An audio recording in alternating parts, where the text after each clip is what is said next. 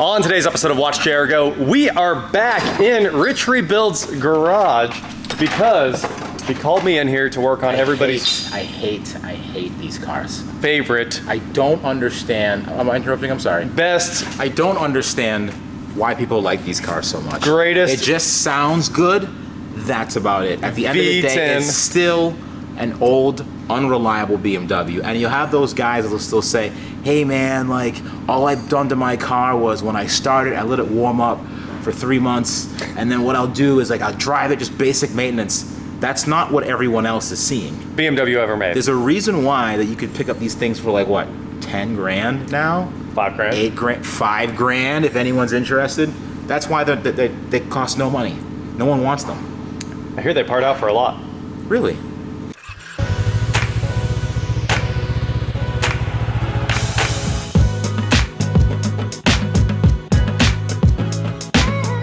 What is going on, guys? I am WatchJRGo, and today, like I said, I'm here with Rich and his E60 BMW M5, everyone's favorite engine that may have been derived from a supercar. Someone said that.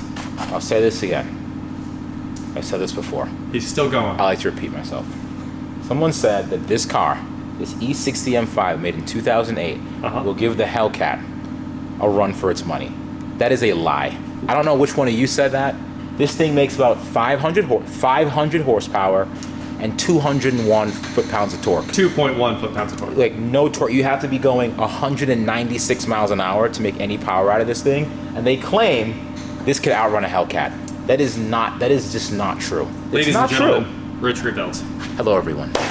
So this E60 with the S85 V10, the one that makes wonderful sounds when it's running. It's a small window, but when it's running, because it's got fresh rod bearings in it or something like that, they sound... Or a new SMG pump. Or a new SMG pump. Venos. These sound glorious. And today, our goal, of course, is to put this thing all the way back together. We got to get the intake plenums on, which is not a fun job. I'm sure you guys watched Rich take them off. It wasn't a fun job then, and it's worse going back on. And a lot of times people get these boots folded up going onto the throttle bodies, which creates a really big nightmare. Unmetered air going into the engine. They run even worse, so you have to be very careful on the install of these intake plenums, otherwise it's a disaster. And we've got Rich back here putting the interior back in the car because they did get the sunroof drains all cleaned up and they got all the mold smells and mildew out of it, and this car is looking much better. It's getting there. Yeah, what are you doing back there? Who knows, man? I'm just thinking about life and the mistakes that I've made on the cars I bought. What's the car that you regret most buying? I can't say this one because I think I bought it. The engine failed after we did rod bearings. Right. Because it still had so much metal in it. Yep. And then I still made money. Oh, good. Yeah, so it's... But besides that, was it the Atom? No, I don't regret the Atom at all. You just can't... take it anywhere. It can never be out of your sight. Right. Right. You can drive it anywhere you want. It's amazing, incredible experience. But 4 men could pick it up and put it in the back of the 4 men could steal it. There's no key. Right. It's, you know... It's got a lot of things going for it. What else then? You don't like anything? That 3-wheeled Chinese car I bought was the worst thing I've ever bought, and Really? I felt like I was going to die every time I drove it. Well, you could regret it initially, but do you regret the overall experience that you've tried it? I did sell it and make money. So that's not that bad then. You know, every time all my stories end with I sold it and made money. Yeah. So the only ones that I think I would regret is if I lost money, and you're pretty good like that. I don't know if it's happened. I know you didn't ask me, which was kind of rude, but the car I regret the most was probably the Audi e-tron. Yeah. That was a very boring... Everyone wants a Taycan. Sure. It's almost like, you know, when your mom goes to the store and like she gets Kick cereal. Yeah. No one wants Kick cereal. What is that? You want Captain Crunch. Yeah. You want Count Chocula. Sure. I know there's one guy that's going to say, I love Kicks. Ignore him, because he's not real. I feel like Count Chocula's fake too. Why would you get that when you could have Cocoa Puffs or something? No, isn't that what? No, he's a mascot for Cocoa Puffs. Isn't I don't know. Yeah, he's a mascot. If it's malto meal, you know, that's the pick. It's their, so you have Rice Krispie treat. That's actually not a good cereal either. It's real, at least. That's not great. Anything with marshmallows in it, or like raisins and nuts and oat, that's fine. Yeah, of course. So, but Lucky Charms, amazing. It's almost like it's the Kick cereal. Everyone wants Lucky Charms. The Taycan's Lucky Charms. Yeah. Kick cereal is the e-tron. Yeah. No one wants the e-tron. They sold like 4 of them. I own one. Dude. And then trying to sell that thing. And there's not even any RSs because I don't think the RSs are selling. No, they're not. So they'd want like, I think What really killed things, I know this is going off topic, Sure. was Tesla lowering their prices. They killed ate it all up. the EV market. Yep. Like, it literally did. Like, that e-tron, I paid an insane amount of money for that, which I'm still paying it off in the process of doing that. Yeah. Now I have to sell it. No one wants it. They're like, oh, I'll give you, like, what do they offer me? 30 grand for it? 40 grand Those for things, it? they were expensive, man. They were expensive then. Yep. I overpaid for it. I Yep. made a mistake. Probably my worst one. Well, if you hand it down to your great grandkids, you'll do okay on But it. then it'll have no range left. Well, 1 mile. 1 mile of range. All right, guys, we're making a lot of progress here. As you can see, we've got the seats all the way out and halfway into the trunk as we finish up the carpet. We just got the subwoofer grill back in on both sides. We just got all the carpet in and all the bolts are out so we can get ready to install the seats. I think we're ready. So here in just a moment, we'll do our final vacuum and set the seats back in place after the center console goes in. So we're working on the center console right now. A few minutes from now, this thing might have an interior again. Let's get back to work. All right, guys, we've been at it for quite a few hours and it's starting to look like we're not going to drive the M6 today, but I'm gonna keep holding out hope. Well, Rich hasn't bought oil yet and you can see that the sun is basically gone behind us. And there's no oil in this thing, but since we started, we've reinstalled the carpet, which a lot more dirt has fallen out that needs vacuumed again. And we've got the seats back in, they're totally bolted in. We powered the car back up so that we can move them and everything like that. Everything is so far working pretty well. The back seats are going in right now. I've got a little more work to do here. And then of course, this is the rest of the back seat that John is going to actually install the cover over the foam and put it back together because they took that apart and cleaned the inside foam for the seat there. So we're not going to have the seat bottom in, but we should have everything else back together. A lot more work to do. Handles have to go in. All these trim pieces have to go in all the way around the door. The door trim, of course, right here. All that's got to go back together, and we should have that done tonight here in just a few minutes. So I'm going to jump back inside here and keep working, get the seat back together as much as I can, put all the bolts back in the back, and then I think the interior is basically all the way back together. We're getting very close. Well, I got most of the interior back in this thing except for the back seat that snaps in here. Yeah, we had some mold issues on that. So that's still a hazmat problem, so we can't put that back in yet. The cover's right there, Yeah. although we have everything else done. The seats are back in, the console's back in. Everything's Everything perfect. is hooked up. Yep. You know, we got really, really close here. Let's see, you guys can see the whole console's back together, all redone. Yep. And we're not gonna be able to start it today. We can't, for a couple of reasons. One, we didn't do the Blackstone oil analysis. What you gotta do on all these cars, like the first thing an E60 M5 owner will tell you is, did your car blow up? If so, what did the Blackstone oil analysis say? Yes. We didn't do that. Two, this needs a special oil. It needs some kind of supercar oil. Sure. I don't understand. It's a 15-year-old BMW. And That's worth about $6 grand on a good day. right. But it needs supercar oil. I understand when it was new and all this F1 technology, whatever. But we don't have that oil. That goes and buys the wrong oil for it.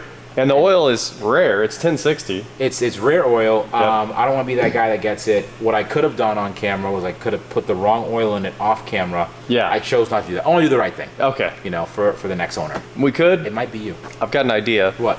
We buy a bottle of the right oil and we just write 10W60 on it.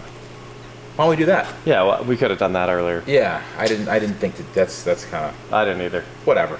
It is what it is. It is what it is. Yeah. But we've got power back onto the car. Mostly every piece of trim is back in. We just need to snap in the seat and then put the door seals gaskets on. That's pretty much it, man. That's it. Also, just to help you out, you know, that stupid cover thing, I went ahead and got it mostly removed, so you can just pop it off now. Thank you. That thing's annoying. I was going to use a razor and just cut it off. Oh, that well, thing is, this car is... Here I go, doing it the nice way. Yeah, no, Also, you're a good guy. You had a bit of a felony forest on the rearview mirror as well. A felony forest? Felony forest. What's a felony forest? That's when there's a whole bunch of Christmas tree air fresheners. That's a felony forest.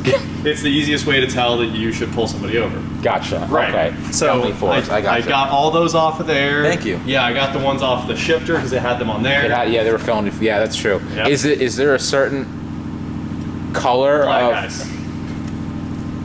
So My heart knew.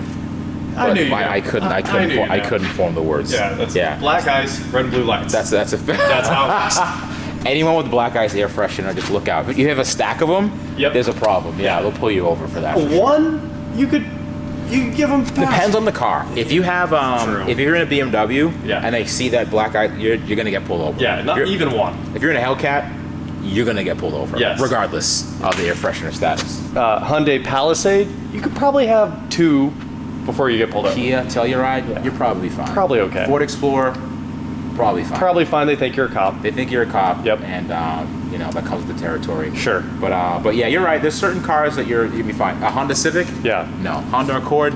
No. Honda BMW Odyssey? M5? M5? Straight to jail. Right. Do not pass go. That's right. Don't call your family. Go right to jail. Right. You don't even get your phone call for that. They take your phone call. Just take all your clothes off. You go right into a cell. That's what they do, right? Yeah, not the county jail, prison. Prison. Okay. Strip you off your clothes. Yeah. So, yeah. Sorry, where were we? really, all we had left was put the intake plenums on, which takes a little bit of time. Actually, show them the busted intake pump. Oh, yeah. I came over here and looked at this a second ago, and it actually has a trash one, which you should replace, but if we put a little bit of oil on there, we can get it on and then set it correctly. just send it home. But I'm gonna do the right thing. Okay. I'm gonna buy a new plenum. I won't put that on camera though. Yeah. I'm gonna buy it in private, in secrecy. And do it. Put it on tonight. Put it on at night. Yeah. I won't record it though. Okay. But I'll do it the right way. Right. Yeah, I understand. I understand what you're saying. Anyway, one more great glimpse of the S85 V10. You guys can see the ITBs and all of their magic there. One of the best sounding engines. One of the least reliable. Correct. Again, I know it's some guy in the comment section. Guys, I've only put oil in mine. I do a Blackstone oil analysis every 3 months, every oil change. I know some guy's gonna say that, but statistically speaking, these are one of the least reliable BMWs. Yeah. No matter what your experience is, the numbers don't lie. These things blow up all the time. You have rod bear. I don't have to tell you anything. And that's why I was saying, if you just sell these headlights on eBay, you're going to be close to getting your money back. You could be, I think it's like $1,000, I think, right? Maybe over that. I actually might part this out. This front bumper alone, it's an M front bumper. Yeah. And it's OEM. Actually, this might not be OEM because it's been repainted. But these go for good money. I'm just saying that if you slap this on your non-M, it makes it a... Makes it an M instantly. Yeah. At least 15 horse. Yeah. I like that. Pretty cool. Okay. Well, we made some great progress on Rich's M5. I really thought we were going to drive it today, but we needed another... Well, a little bit of oil and 3 more hours to actually get this done. And a Blackstone oil analysis. And a Blackstone oil analysis, which can take quite a few days. Right. But the plenums themselves will take an hour to put back on. At least an hour. Awesome. I tried to get this one done. You did your best, dude. I I did. appreciate that. Yeah. So just what we'll do is, you can head out. I'll get the oil and the analysis. I'm actually going to have the new oil analyzed. I was going to say you should just pour the new oil into the thing. And send it out. Yeah. Is this good to put in the car? Yeah. That's what most BMW owners do. Right. And after that, first startup, second oil analysis. Right. And that's when you come back. Yeah. We finish the car. Cool. And then you buy it. And I assume after you drive it for 7 miles, you need 1 more oil analysis. One just in case. Yeah, just in case the rod bearings are shot. Right. Which they will be. Yeah. We already knew that. Which they will be. That is it for today, guys. Thank you so much for watching these wonderful adventures again in the S85 BMW. I don't recommend you buy one. Look, I'm just saying. This one was a great deal. Rich couldn't have passed it up. There's no world where you pass it up. No, but honestly, it's okay, you're wrapping the video up. I'm not going to keep talking. Yeah. Don't buy one. Right, don't buy one. Don't forget to head on over to shop.WatchJRGo.com for cool shirts just like this. And please like, share, subscribe, do whatever you want to do. And I will talk to you next time. Hey man, this is sitting here. And if you just put engine mounts on it, that'd be good. Actually, the one up there is better. Because that one's way better. That's supercharged. That's putting about, I don't know, 800, 900 or so. Consider this. Yeah. Actual torque versus no torque. But what am I getting out of putting that engine in there? I'm getting the same old BMW body. Right. I'm getting the same old, super unreliable BMW electronics. Yep. I'm not getting anything. I'm better off building this. You're better off with this. So let's get back to this. Yeah.